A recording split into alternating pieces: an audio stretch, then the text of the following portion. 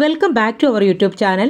ഇന്ന് നമുക്ക് കുറച്ച് ചോദ്യങ്ങൾ നോക്കാം. ഈ കഴിഞ്ഞ ASM പരീക്ഷയ്ക്ക് ചോദിച്ചിട്ടുള്ള ചോദ്യങ്ങൾ, അതിൽ മിക്ക ചോദ്യങ്ങളും വന്നിട്ടുള്ളത് പുതിയ SCRT പുസ്തകങ്ങളിൽ നിന്നാണ്. അപ്പോൾ മുന്നോട്ടും SCRT പാഠപുസ്തകങ്ങളിൽ നിന്ന് നിരവധി ചോദ്യങ്ങൾ ചോദിക്കാൻ സാധ്യതയുണ്ട്. അപ്പോൾ SCRT പുതിയ പാഠപുസ്തകങ്ങളെ പരിചയപ്പെടാനായിട്ട് ഞാൻ എൻ്റെ ചാനലിൽ പ്രത്യേകം ഒരു പ്ലേലിസ്റ്റ് തയ്യാറാക്കിയിട്ടുണ്ട്. അപ്പോൾ നിങ്ങൾക്കത് യൂസ്ഫുൾ ആകും. കണ്ടിട്ട് അഭിപ്രായങ്ങൾ പറയാം. ഒന്നാമത്തെ ചോദ്യം, താഴെ പറയുന്നവയിൽ ശരിയായ പ്രസ്താവന ഏത്? കാറ്റിലൂടെ തിരശ്ചീന തലത്തിൽ താപം വ്യാപിക്കുന്ന പ്രക്രിയയാണ് അഭിവഹനം. കാറ്റിലൂടെ തിരശ്ചീന തലത്തിൽ താപം വ്യാപിക്കുന്ന പ്രക്രിയയാണ് താപചാലനം. കാറ്റിലൂടെ തിരശ്ചീന തലത്തിൽ താപം വ്യാപിക്കുന്ന പ്രക്രിയയാണ് സംവഹനം. അപ്പോൾ ഇതിൻ്റെ ശരിയായ ഉത്തരം എന്ന് പറയുന്നത് ഒന്നാമത്തതാണ് അല്ലേ. കാറ്റിലൂടെ തിരശ്ചീന തലത്തിൽ താപം വ്യാപിക്കുന്ന പ്രക്രിയയാണ് അഭിവഹനം. അപ്പോൾ താപവ്യാപന പ്രക്രിയകൾ നമുക്ക് പഠിക്കാനുണ്ട്. അത് ഈ വർഷം മാറിയ 10ാം ക്ലാസ്സിലെ ജോഗ്രഫി ഒന്നാമത്തെ ചാപ്റ്ററിൽ 9ാമത്തെ പേജിലാണ് അതിനെക്കുറിച്ച് കൂടുതലായിട്ട് കാര്യങ്ങൾ കൊടുത്തിരിക്കുന്നത്. അപ്പോൾ താപചാലനം, സംവഹനം, അഭിവഹനം, വികിരണം, ഈ ഭാഗത്ത് നിന്നാണ് ചോദ്യങ്ങൾ വന്നേക്കുന്നത്. അപ്പോൾ താപചാലനം എന്ന് പറഞ്ഞാൽ ചൂടായ ഭൗമോപരിതലത്തോട് ചേർന്നുള്ള അന്തരീക്ഷത്തിൻ്റെ താഴ്ന്ന ഭാഗങ്ങളിലേക്ക് ചൂട് പകരുന്ന പ്രക്രിയയാണ് താപചാലനം അഥവാ കണ്ടക്ഷൻ. അടുത്തത് സംവഹനം അഥവാ കൺവെക്ഷൻ. ഭൂമിയോട് അടുത്തുള്ള അന്തരീക്ഷ വായു ചൂട് പിടിച്ച് വികസിച്ച് മുകളിലേക്ക് ഉയരുന്നതിലൂടെ കൂടുതൽ ഉയരങ്ങളിലേക്ക് താപം വ്യാപിക്കുന്നതിനെയാണ് സംവഹനം എന്ന് പറയുന്നത്. ഭൂമധ്യരേഖയിൽ മഴ ഏറ്റവും കൂടുതൽ ലഭിക്കുന്നതിന് ഒരു കാരണം സംവഹന പ്രക്രിയ അവിടെ കൂടുതൽ നടക്കുന്നത് കൊണ്ടാണ്. ഇനി ഇവിടെ കൊടുത്തിട്ടുണ്ട് അഭിവഹനം അഥവാ അഡ്വെക്ഷൻ. കാറ്റിലൂടെ തിരശ്ചീന തലത്തിൽ താപം വ്യാപിക്കുന്നതിനെയാണ് അഭിവഹനം എന്ന് പറയുന്നത്. ഇനി വികിരണം അഥവാ റേഡിയേഷൻ എന്ന് പറയുന്നത് ഭൗമോപരിതലം ചൂട് പിടിക്കുന്നതോടെ ദീർഘതരംഗങ്ങളായി ഭൗമോപരിതലത്തിൽ നിന്ന് ഊർജം പുറംതള്ളപ്പെടുന്നതിനെയാണ് റേഡിയേഷൻ എന്ന് പറയുന്നത്. ഇനി ഇവിടെ ഓർമ്മിച്ച് വെക്കണം, ഹ്രസ്വതരംഗങ്ങൾ, ദീർഘതരംഗങ്ങൾ. ചൂടേറിയ വസ്തുക്കളിൽ നിന്ന് ഊർജം വികിരണം ചെയ്യുന്നത് ഹ്രസ്വതരംഗങ്ങളായിട്ടും ചൂട് കുറവുള്ള വസ്തുക്കളിൽ നിന്ന് പുനർവികിരണം നടക്കുന്നത് ദീർഘതരംഗങ്ങളുമായിട്ടാണ്. അപ്പോൾ ഇവിടെ ഓർമ്മിക്ക് വെക്കേണ്ടത് സൗരവികിരണം ഹ്രസ്വതരംഗങ്ങളും ഭൗമവികിരണം ദീർഘതരംഗങ്ങളുമാണെന്ന് ഓർമ്മിച്ചു വെക്കുക. ഹ്രസ്വതരംഗങ്ങൾക്ക് ആവൃത്തി കൂടുതലാണ്, ദീർഘതരംഗങ്ങൾക്ക് ആവൃത്തി കുറവാണ്. ദിനാന്തരീക്ഷ സ്ഥിതിയും കാലാവസ്ഥയും എന്നാണ് ഈ ചാപ്റ്ററിൻ്റെ പേര്. ഇതിൻ്റെ ഫുൾ വീഡിയോ ചാനലിലുണ്ട്, അത് കാണുക കേട്ടോ.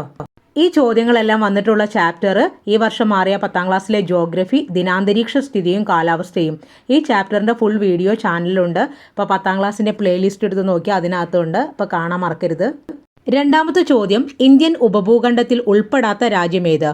ഈ ചോദ്യം വന്നിരിക്കുന്നത് കഴിഞ്ഞ വർഷം മാറിയ 7ാം ക്ലാസ്സിലെ സോഷ്യൽ സയൻസിലെ ചാപ്റ്ററിന് എത്രാമത്തെ എന്ന് എനിക്ക് ഓർമ്മയില്ല. ഇന്ത്യൻ ഉപഭൂഖണ്ഡം എന്ന് പറഞ്ഞൊരു ചാപ്റ്റർ ഉണ്ട്, അതിൽ നിന്നാണ് ചോദിച്ചേക്കുന്നത്.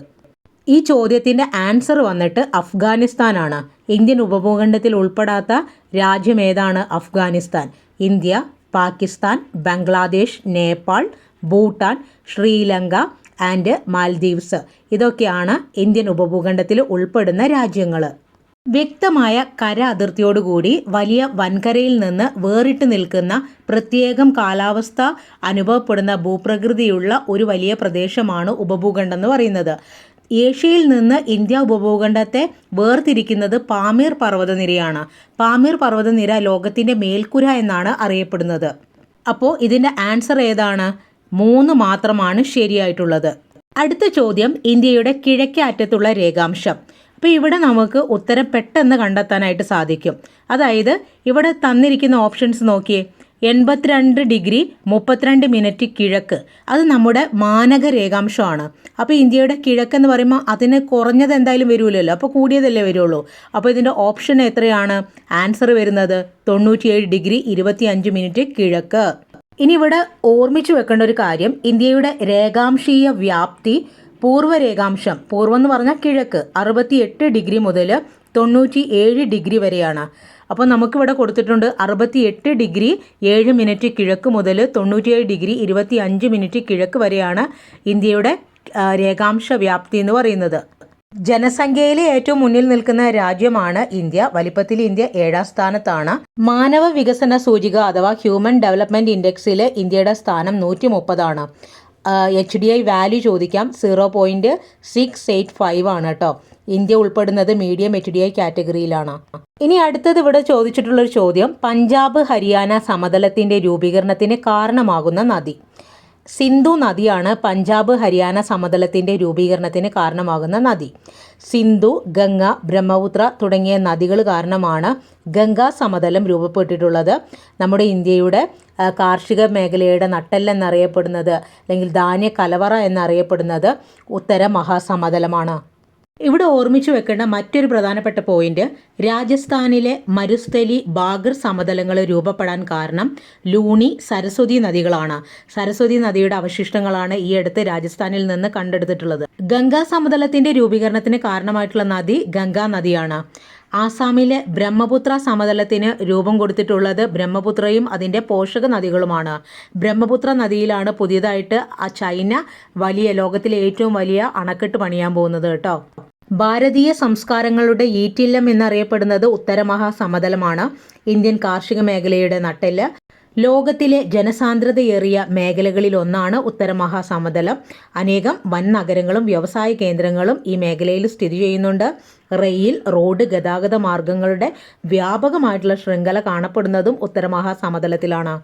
അടുത്ത ചോദ്യം, പഹൽഗാം തീവ്രവാദ ആക്രമണത്തെ തുടർന്ന് ഇന്ത്യ പാകിസ്ഥാനിലേക്ക് ഒഴുകുന്ന ചിനാബ് നദിയിലെ നീരൊഴുക്ക് തടയാൻ അടച്ച ഡാം ഏതാണ്? ബഗ്ലിഹാറാണ്. ബക്രാനങ്കലിനെ കുറിച്ച് പറയുകയാണെന്നുണ്ടെങ്കിൽ സംഭരണശേഷിയുടെ അടിസ്ഥാനത്തിൽ ഇന്ത്യയിലെ ഏറ്റവും വലിയ അണക്കെട്ടാണ് ബക്രാനങ്കൽ. ഇന്ത്യയിലെ ഉയരം കൂടിയ രണ്ടാമത്തെ അണക്കെട്ടും ബക്രാനങ്കലാണ്. ബക്രാനങ്കൽ അണക്കെട്ട് സ്ഥിതി ചെയ്യുന്ന നദി സത്ലജ് ആണ്.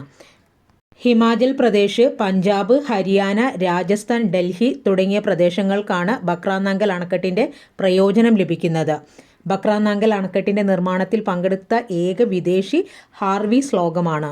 ഇനി ഇവിടുന്ന് ചോദിച്ചിട്ടുള്ള ഒരു ചോദ്യം, ഇന്ത്യയിലെ ഏറ്റവും വലിയ വിവിധോദ്ദേശ നദീതട പദ്ധതി ഏതാണെന്ന് ചോദിച്ചാൽ അത് ബക്രാനങ്കൽ പദ്ധതിയാണ്.